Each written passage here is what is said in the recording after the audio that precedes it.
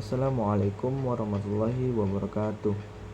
Saya Habib Adli Karfi Tambunan dengan NIM 0203232045.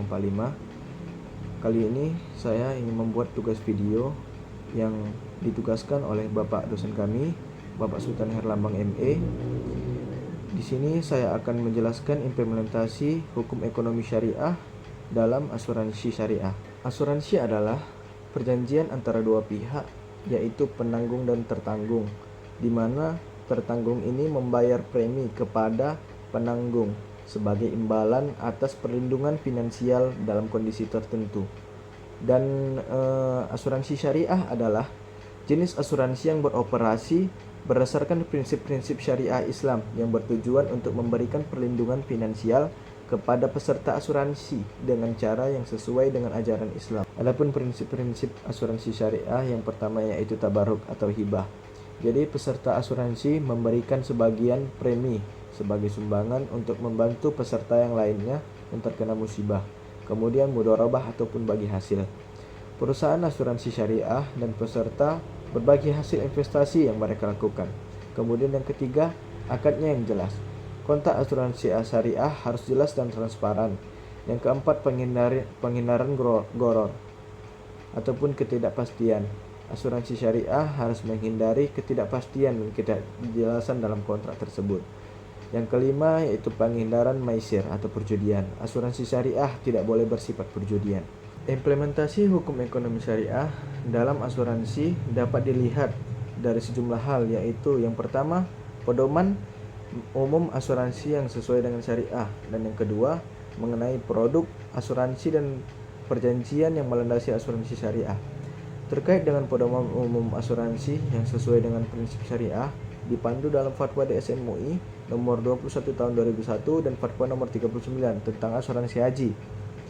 Dalam fatwa tersebut ditetapkan bahwa asuransi dapat dijalankan berdasarkan prinsip-prinsip syariah, yaitu sebagai usaha saling melindungi dan tolong-menolong di antara sejumlah orang atau pihak melalui investasi dalam bentuk aset dan atau tabarruk yang memberikan pola pengembalian untuk menghadapi risiko tertentu melalui akad atau perikatan yang sesuai dengan prinsip-prinsip syariah tersebut.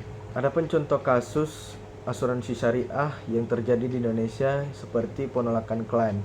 Jadi penolakan klaim ini sering terjadi karena polis asuransi sudah tidak aktif yang disebabkan oleh nasabah yang tidak membayar atau menunggak preminya. Kemudian gagal bayar. Pada seperti perusahaan Kresna Life mengalami gagal bayar untuk produk Kresna Link Investa dan Protecto Investa Kresna. Adapun penyebab gagal bayar tersebut terjadi karena perusahaan belum bisa memenuhi persyaratan atau rencana pemulihan keuangan. Namun ada juga kasus yang terjadi pada asuransi syariah yang disebabkan juga oleh nasabah. Nasabah tidak mampu membayar preminya dikarenakan ekonomi nasabah yang sedang menurun. Adapun masalah yang masih ada pada perusahaan-perusahaan asuransi syariah yang terjadi di Indonesia seperti kurangnya pengawasan. Jadi masih ada kekurangan pengawasan dari otoritas terkait untuk memastikan bahwa perusahaan asuransi syariah di Indonesia benar-benar mengikuti prinsip-prinsip syariah. Yang kedua, kurangnya edukasi. Masih banyak masyarakat yang kurang memahami tentang asuransi syariah dan prinsip-prinsip yang terkait. Kemudian yang ketiga, perbedaan pendapat. Masih ada perbedaan pendapat di kalangan ulama dan praktisi tentang kesesuaian asuransi syariah dengan prinsip-prinsip syariah. Dengan upaya perbaikan harusnya meningkatkan pengawasan. Jadi otoritas terkait perlu meningkatkan pengawasan untuk memastikan bahwa perusahaan asuransi syariah di Indonesia benar-benar mengikuti prinsip-prinsip syariah. Yang kedua, harus meningkatkan edukasi tersebut. Perlu dilakukan edukasi yang lebih luas tentang asuransi syariah dan prinsip-prinsip syariah yang terkait agar masyarakat juga paham bagaimana prinsip-prinsip yang terjadi pada asuransi syariah tersebut. Kemudian meningkatkan kualitas produk. Perusahaan asuransi syariah perlu meningkatkan kualitas produk dan layanan untuk memenuhi kebutuhan masyarakat.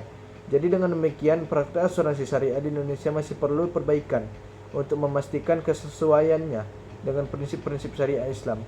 Namun, dengan upaya perbaikan yang terus-menerus, asuransi syariah dapat menjadikan pilihan yang lebih baik lagi bagi masyarakat yang ingin mendapatkan perlindungan finansial dengan cara yang sesuai dengan ajaran Islam. Mungkin hanya ini yang dapat saya sampaikan pada penjelasan kali ini. Mohon maaf bila ada kekurangan. Assalamualaikum warahmatullahi wabarakatuh.